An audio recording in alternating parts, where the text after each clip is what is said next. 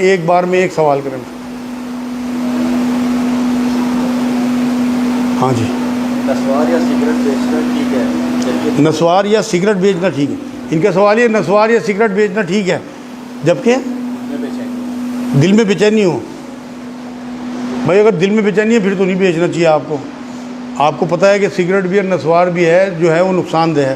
حالانکہ میں تو اسے مطلب حرام نہیں مانتا. جو فتویٰ ہے حنفیوں کا اس کے بارے میں مکروہ کا فتویٰ ہے تو بیچنا میرے نزدیک جائز ہے. میں تو بہت سے لوگ آتے ہیں سگریٹ پینے والے, اب پوچھتے ہیں کہ جی ہماری سگریٹ چھڑا دو کسی طرح, جتنی ٹینشن میں زندگی گزارے. میں تو کہتا ہوں بھائی کم کر دو, چھوڑو مت, کوئی نہ کوئی سہارا چاہیے. تو آپ بھی اگر آپ کو گلٹ ہوتا ہے اور آپ اور بھی سامان رکھتے ہیں اور آپ کو لگتا ہے کہ بھائی سگریٹ اگر میں نے نہ رکھی تو لوگ جو ہیں وہ اور سامان بھی نہیں خریدیں گے اور میرا کام خراب ہوگا, تو آپ سگریٹ دیتے اسے کہ بھائی چھوڑ دے یار, اس میں جو ہے کوئی فائدہ تو ہے نہیں اور اس سے کینسر کا خطرہ ہوتا ہے, اس پہ لکھا ہوا بھی ہے. آپ کہہ کے بھیج دیں تو انشاءاللہ تعالیٰ آپ سرخرو ہو گئے اللہ جانے. ہاں, سفر میں جمعے کی نماز نہ پڑھ سکیں تو کیا ظہر کی 2 رکعت پڑھیں یا 4 رکعت؟ سفر میں جمعہ نہیں نکل گیا مان لو تو ظہر کی 4 رکعت پڑھیں یا 2. ان کا سوال یہ ہے سفر میں اگر جمعہ نہیں پڑھ سکے تو ظہر کی 4 رکعت پڑھیں یا 2. بھائی ایک تو سفر میں آپ کے اوپر جمعہ جو ہے فرض ہی نہیں ہے, ایک نمبر بات. کوشش کریں مل جائے تو بہت اچھا ہے, لیکن اگر آپ کو جمعہ نہیں ملتا تو آپ ظہر پڑھیں گے. اور آپ کیونکہ سفر میں تو آپ کو قصر پڑھنی ہے 2 رکعت صرف ظہر کی, کوئی سنت نہیں کوئی نفل نہیں.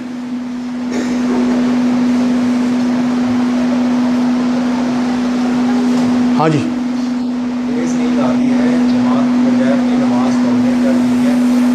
تیز نیند آ رہی, جماعت کی نماز ہے, نماز پڑھیں پہلے سو جائیں. ہاں سو جائیں پھر. بھائی اگر ان کا سوال یہ ہے تیز نیند آ رہی, جماعت کا ٹائم ہے, اپنی نماز پڑھ کے سو سکتے ہیں, بالکل سو سکتے ہیں بھائی. کیونکہ اگر آپ نے نیند کی حالت میں نماز پڑھی تو خشوع خضوع والی نماز نہیں ہوگی. نبی نے فرمایا اگر تجھے بھوک لگ رہی ہو تو پہلے کھانا کھا پھر بعد میں نماز پڑھ, حدیث ہے. تو بالکل اسی طرح اپلائی ہوگی کہ آپ اگر سو گئے اور آپ کی نماز قضا ہو گئی تو گناہ گار.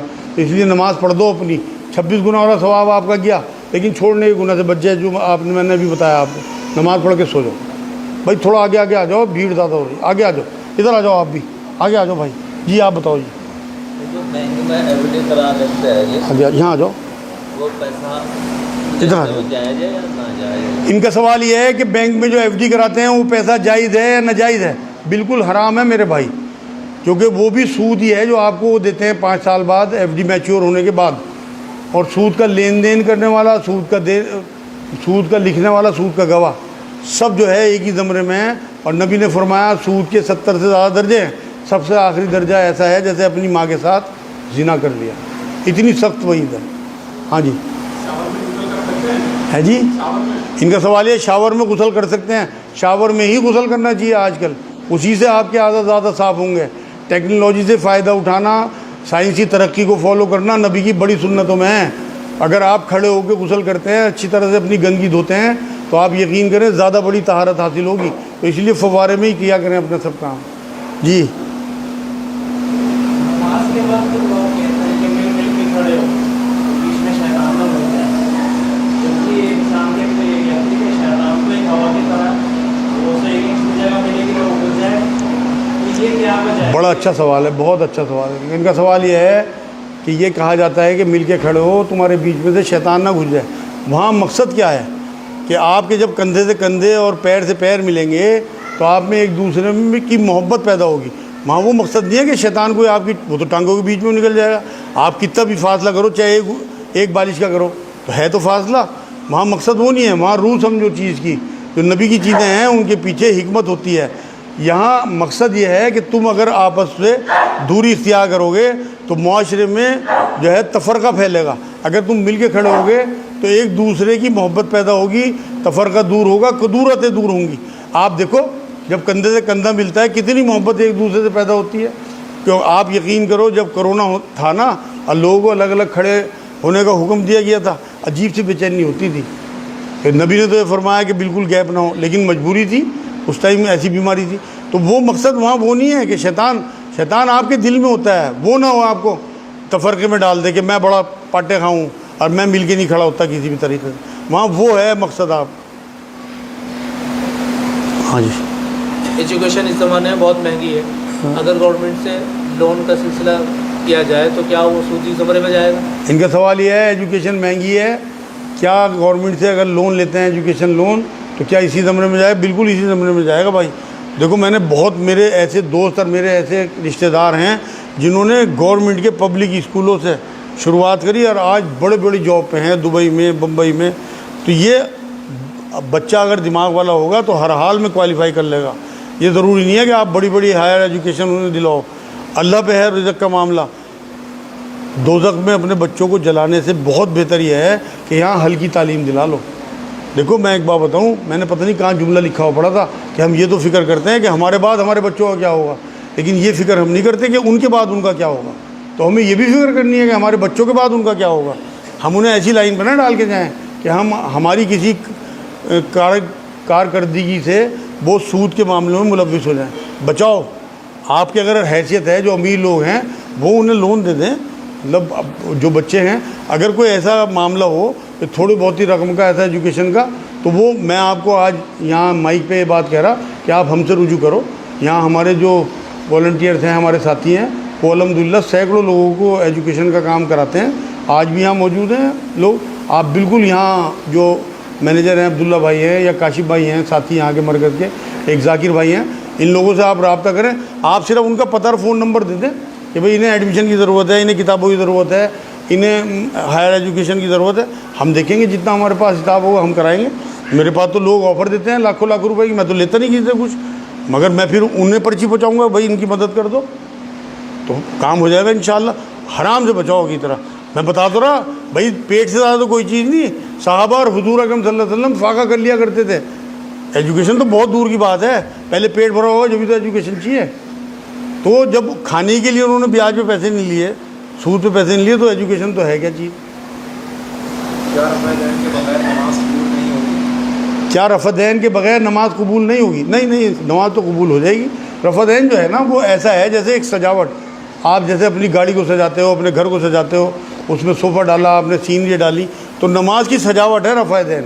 نبی اکرم صلی اللہ علیہ وسلم کی بڑی سنت ہے.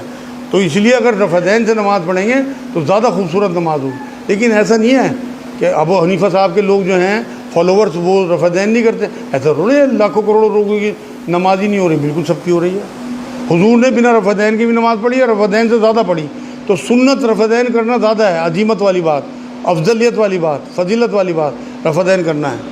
ایک بہن کا سوال ہے کہ میرے شوہر نے فون پر طلاق دی, میں نے نہیں سنی, وہ کہتے ہیں میں نے دی, کیا طلاق ہو جائے گی؟ ان کا سوال یہ ہے کسی بہن کا کہ ان کے شوہر نے طلاق دی فون پہ, انہوں نے نہیں سنی, اور وہ کہتے ہیں میں نے دی, تو کیا طلاق ہو جائے گی؟ بالکل. دیکھو طلاق کی گرہ مرد کو دی اللہ نے. اگر وہ کہہ رہا کہ میں نے طلاق دی تو طلاق ہو گئی. وہ ایک طلاق گنی جائے گی, اسے رجوع کا حق ہے, چاہے تو رجوع کرے, ورنہ آپ عدت کرو اور دوسری جگہ شادی کرو, آپ فری ہو گئی, آزاد ہو گئی. انہوں نے آپ کو آزاد کر دیا, آپ کو طلاق ہو گئی. آپ نے سنی یا نہیں سنی؟ اس کے لیے نہ گواہوں کی ضرورت ہے.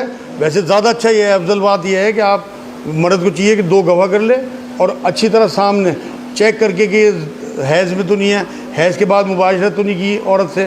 یہ ساری چیزوں کا لحاظ کر کے اگر طلاق دے گا, یہ احسن طلاق کہلائے گی, اور اسے اس بات کا اجر بھی ملے گا کہ انہوں نے اللہ کی حدوں کو پامال نہیں کیا. لیکن جو لوگ طلاق دے دیتے, طلاق تو ہو جائے گی لیکن وہ گناہ گار ہوگا, پکڑا جائے گا اللہ کے. جی. اگر انڈیا سے پہلے جدہ جائیں پھر مدینے سے احرام باندھ کر مکہ جائیں, کیا یہ ٹھیک ہے؟ پہلے انڈیا سے جدے جائیں اور جدے سے پھر مدینہ جائیں اور وہاں سے احرام باندھ کے عمرہ کریں تو کیا ٹھیک؟ بھائی دیکھو, یہاں سے جانے کے بعد میقات پڑے گا جدے سے پہلے. حکم تو یہی ہے کہ پہلی میقات سے پہلے ہی آپ کو احرام باندھ کے عمرہ کرنا چاہیے, یا عمرہ نہ بھی کریں تو احرام کی حالت میں رہیں 8-10 دن مدینہ میں. لیکن یہ ممکن نہیں ہوتا, تو اس لیے علماء دین نے فتویٰ یہ دے دیا کہ آپ جدے جائیں, وہاں سے مدینہ جائیں, مدینہ سے پھر جب آپ ٹریول کرنے لگیں مکے کے لیے تو آپ مدینہ میں احرام باندھیں میقات سے پہلے اور جا کے عمرہ کر لیں. لیکن افضل وہی ہے جو میں بتا رہا ہوں کہ آپ پہلے جدے جائیں, اگر عمرہ کر سکیں ٹھیک, ادروائز 8 دن کے لیے احرام باندھیں اور اس کے احتیاط کریں جو ممکن نہیں ہے, اور پھر آپ جا کے مکے عمرہ کریں. لیکن احتیاط کا معاملہ یہی ہے کہ آپ پہ کوئی دم وم لازی نہ آ جائے, تو آپ مدینے سے احرام باندھیں اور پھر آپ وہ کریں عمرہ. رفع دین کا سنت طریقہ کیا ہے, کتنی بار کریں؟ سب کو رفع دین کراؤ گے کیا تم آج؟ ان کا سوال یہ ہے رفع دین کا سنت طریقہ کیا ہے اور کتنی بار؟ دیکھو جی، رفع دین کا سنت طریقہ جو ہے وہ یہ ہے کہ نبی اکرم صلی اللہ علیہ وسلم جو ہے سب سے پہلا جو رفع دین ہے وہ تو سب آپ لوگ کرتے ہو، جو آپ شروع میں نیت باندھتے ہو اللہ اکبر کہہ کے نیت باندھتے ہو، یہ رفع دین ہی ہے۔ لیکن نبی نے فرمایا کہ جب تم رکوع میں جاؤ تب بھی رفع دین کر کے رکوع میں جاؤ، اس کے بعد جب رکوع سے اٹھو تو رفع دین کر کے اٹھو۔ کتنے ہو گئے؟ 3۔ اب تیسری رکعت جن نمازوں میں ہوتی ہے جیسے مغرب ہے، عشاء ہے، ظہر ہے، عصر ہے، اس میں تیسری رکعت میں جب آپ التحیات سے کھڑے ہوتے ہو تب بھی رفع دین حضور نے فرمایا کیا کرو۔ تو یہ 4 رفع دین ہیں، سنت طریقہ یہ ہے۔ اور سنت طریقہ یہ ہے کہ آپ یہاں تک ہاتھ اٹھائیں اور باندھ لیں۔ 4 طریقے، ایک اس میں رفع دین، اور کچھ روایتوں میں سجدے کے بیچ میں بھی، لیکن وہ اتنا زیادہ قوی معاملہ نہیں ہے جتنا یہ 4 رفع دین کا معاملہ ہے۔ کرا کریں، میں بھی آپ لوگوں کو ریکمنڈ کروں گا کہ آپ اگر مسجدوں میں نہیں کرتے، لوگ آپ پہ اعتراض کرنے لگیں، میں بھی نہیں کرتا، میں نے یہاں نہیں کیا ابھی، لیکن میں کوئی نماز بنا رفع دین کے نہیں پڑھتا، 90% رفع دین کرتا ہوں۔ آپ لوگ بھی کرنا شروع کر دیں، حضور کی بڑی سنت ہے، ایک سنت کیوں چھوڑی آپ لوگوں نے؟ لیکن اگر نہیں کریں گے تب بھی آپ کی نمازیں ہو جائیں گی۔ ہاں بھائی، یہ حدیث ٹھیک ہے کہ رسول اللہ کے سامنے کوئی بات آتی تھی کہ آسان مشکل میں سے کوئی ایک چیز چن لو تو وہ آسان چن لیتے ہیں، کیا یہ حدیث ٹھیک ہے؟ ان کا سوال یہ ہے کہ حضور آسان اور مشکل میں سے کوئی ایک چیز چن لیتے تھے، کیا یہ حدیث ٹھیک ہے؟ بالکل صحیح حدیث ہے بھائی، حضرت عائشہ سے مروی ہے رضی اللہ تعالیٰ عنہ۔ ہاں، پھر اس میں ایک سوال اور ہے کہ رسول اللہ کے پاس جب کوئی شخص آیا اور اس نے کہا کہ میں تو 5 وقت کی نماز پڑھوں گا فرض، میں کوئی سنت نہ رکھوں اور 1 مہینے کے روزے رکھوں گا، تو کیا میں جنت میں چلا جاؤں گا؟ کہ رسول اللہ نے اس کے جاتے ہوئے کہا کہ دیکھ لو جنت کی۔ ہاں یہ بات ٹھیک ہے؟ بالکل ٹھیک ہے۔ تو پھر سنت اور نفلوں میں اتنا زور کیوں دیا جاتا ہے؟ ان کا سوال یہ ہے کہ سنتوں پہ نفلوں پہ اتنا زور کیوں دیا جاتا ہے جبکہ ایک صحابی کو حضور نے کہا کہ جنتی ہے؟ آپ میرے خیال پچھلے ہفتے آئے نہیں تھے، اس بات پہ میں پچھلی بار بات کر چکا کہ سنتیں اور نفل جو ہیں وہ جو ہم سے کوتاہی اور کمی ہو جاتی ہے نا نمازوں، وہ صحابی تھا، اس سے کوتاہی ہونے کا بہت کم امکان تھا۔ ہم ایک کمزور لوگ ہیں، ہمارے سے بہت زیادہ امکان ہے غلطیوں کے ہماری نمازوں میں، تو ہمیں سنتیں پڑھنی ہی چاہیے۔ جو سنت موقعہ جن کے بارے میں نبی کی حدیث ہے کہ 12 رکعت ایسی ہیں جو تم ضرور پڑھ لیا کرو، یہ تمہارے لیے آسانی ہوں گی، پورا مفہوم ہے اس کا، تو آپ لوگ ضرور پڑھا کریں۔ حالانکہ اگر آپ چھوڑ دیں گے تو کوئی گناہ نہیں ہوگا، آپ سے ثواب، وہ سوال جو ہوگا وہ فرض ہوگا، لیکن پھر بھی میں کبھی نہیں چھوڑتا، کبھی مجبوری ہو چھوڑ بھی دیتا ہوں، لیکن مجھے کوئی گلٹ نہیں ہوتا چھوڑنے کا، کیونکہ مجھے پتہ ہے کہ میرا اللہ میرے سے حساب جو ہے وہ فرضوں کا لے گا، اور میرے کبھی فرض نکلے ہی نہیں آج تک الحمدللہ۔ یہ تو آپ اتنے قوی اور پکے ہو جاؤ، جیسی توفیق مجھے اللہ نے دی اور میری توبہ قبول کری، کہ آپ زندگی میں کبھی طے کر لو کہ میں نے فرض چھوڑنی نہیں، آپ فرض پڑھ دو، آپ یقین کرو اللہ نے چاہا تو مجھے اللہ کی شان سے امید ہے کہ وہ آپ کو بخش دے گا، اور آپ نے طے کر لیا۔ لیکن جس طرح کے ہم کمزور لوگ ہیں نا، ہمیں اپنی کوتاہیوں پہ بھی نظر رکھنی چاہیے، اس لیے ضرور سنتیں ضرور پڑھا کرو، جس سے کہ کمپنسیشن ہو جائے، کہیں کوئی کمی رہ گئی ہو پہلے یا بعد میں تو وہ پوری ہو جائے ان سنتوں کے ذریعے۔ نماز کی نیت باندھتے ہیں، پیشاب محسوس ہو تو کیا کریں؟ نماز کی نیت باندھی، پیشاب محسوس ہو تو کیا کریں؟ دیکھو جی، اگر آپ کو پہلے سے ہلکا سا پیشاب محسوس ہو رہا تو آپ کو پہلے پیشاب کرنا چاہیے، چاہے آپ کی 1-2 رکعت نکل جائیں، استنجا کر کے سکون سے نماز میں کھڑے ہوں۔ اور اگر آپ نے نیت باندھی اور تب آپ کو پیشاب محسوس ہونا شروع ہوا ہلکا پھلکا، اور آپ کو پتہ ہے کہ سلام پھیرنے تک ٹھیک رہے گا معاملہ، میرا دھیان ادھر نہیں بھٹکے گا، کوئی حرج نہیں، ایک بار دھیان کیا کوئی بات، لیکن اگر تیز پیشاب آنے لگا تو آپ کو سلام پھیر کے جا کے پیشاب کر کے وضو کر کے پھر چاہے اپنی نماز پڑھ لیں۔ آپ یہ بے چینی اور پریشانی کی نماز نہیں اللہ کو منظور ہے۔ یہ جو ایک بزرگ کی تو میں نے یہ قول پڑھا ہے کہ جس نے پیشاب پخانہ رو کے نماز پڑھی، اس نے ایسی نماز پڑھی جیسے انہوں نے سور جو ہے بغل میں دبا رکھا، اتنا بڑا گناہ ہے اس طرح نماز پڑھنا۔ ہاں جی،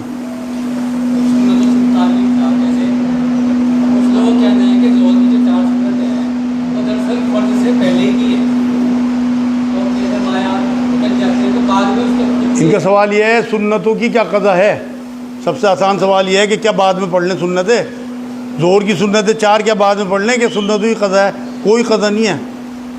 ہمارے ہاں 15 منٹ کے بعد نمازیں ہو رہی، اگر آپ کی ایک مسجد میں ٹائم نکل گیا اور سنتیں آپ کی نکل گئیں تو آپ 15 منٹ بعد سنتوں کے ساتھ دوسری مسجد میں نماز پڑھ لو، چھوڑو مت۔ اب بھی میں یہی کہوں گا کہ سنتیں چھوڑو مت۔ ہاں جی، ولی کی کیا پہچان ہے؟ ان کا سوال یہ ہے ولی کی کیا پہچان ہے؟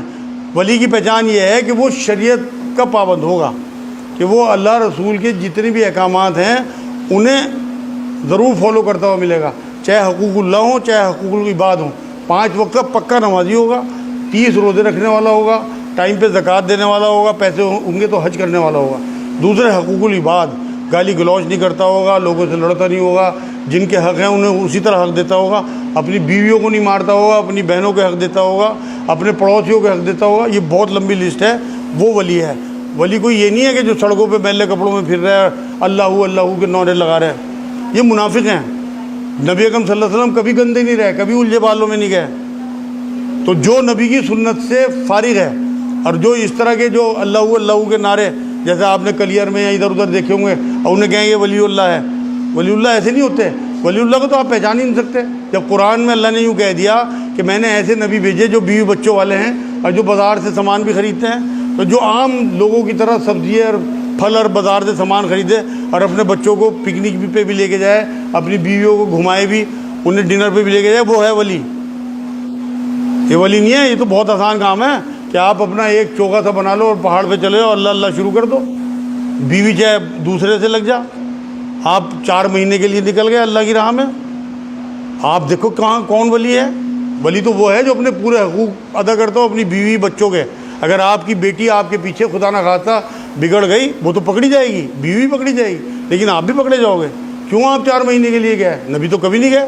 نبی تو اگر کبھی کسی سفر میں جاتے تھے تو بیوی ضرور ساتھ ہوتی تھی۔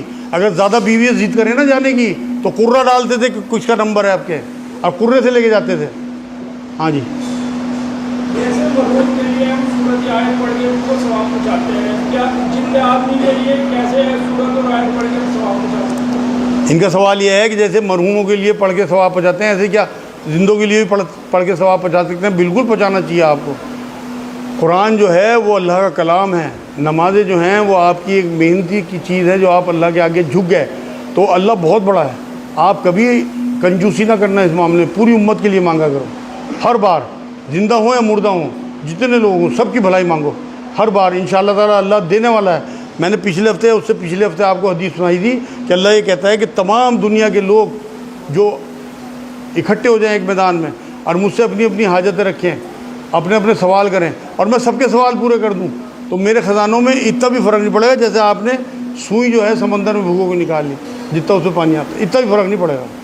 جی، بھائی جو ہے نا ہر بار یہ سرکتی ہے نماز میں، جی، ہاں، اور اسے اگر ہم روک لیں تو کیا نماز ہو جائے گی؟ ان کا سوال یہ ہے کہ نماز میں بار بار گیس بنتی ہے، اسے اگر ہم روک لیں تو کیا نماز ہو جائے گی؟ بھائی اگر آپ کو ایسی پریشانی نہیں ہے کہ اسے روکنے سے آپ کی طبیعت خراب ہوگی اور آپ کو پتہ ہے کہ 1 آدھ منٹ میں سلام پھرنے والا ہے، بالکل روک لیں۔ لیکن اگر آپ کو بہت زیادہ عارضہ ہے تو پھر آپ کو مسجد کی جگہ اپنی نماز پڑھنی چاہیے۔ بچوں کو 7 سال کی عمر میں نماز کا حکم ہے، کیا یہ 5 نمازوں کے لیے ہے؟ ان کا سوال یہ ہے بچوں کو 7 سال کی عمر میں نماز پڑھانے کا حکم ہے، کیا یہ 5 نمازوں کے لیے ہے؟ بالکل، نبی اکرم صلی اللہ علیہ وسلم کی منشا تو یہی تھی۔ اصل میں اس کے پیچھے آپ دیکھو حضور کی منشا کیا ہے۔ حضور کی منشا ہے کہ آپ اپنے بچوں کو پریکٹس کرا دو نماز کی، کہ انہیں عادت پڑ جائے کہ جب وہ 10 سال کے ہوں تو اگر وہ نہ پڑھیں تو ان کی پٹائی کرو، حالانکہ ابھی بالغ نہیں ہوئے، لیکن نبی کی منشا یہی تھی کہ 5 وقت نمازی انہیں بنا دو بالغ ہونے سے پہلے۔ تو بالکل 5 وقت، اگر کبھی کوئی کوتاہی ہو جائے ان سے تو ان کے حساب کتاب نہیں ہے، تو بہت زیادہ سختی بھی نہ کرو۔ 7 سال کے بچے پہ تو سختی کا حکم ہی نہیں دیا حضور نے، صرف تلقین کو کہا۔ 10 سال کے بچے پہ کہا کہ سختی کرو۔ ہاں جی، 4 مہینے کی جماعت میں جانا کیسا ہے؟ ان کا سوال ہے 4 مہینے کی جماعت میں جانا کیسا ہے؟ بھائی میرے نزدیک تو بالکل ٹھیک نہیں ہے، کیونکہ یہ میری نبی کی سنت ہی نہیں ہے۔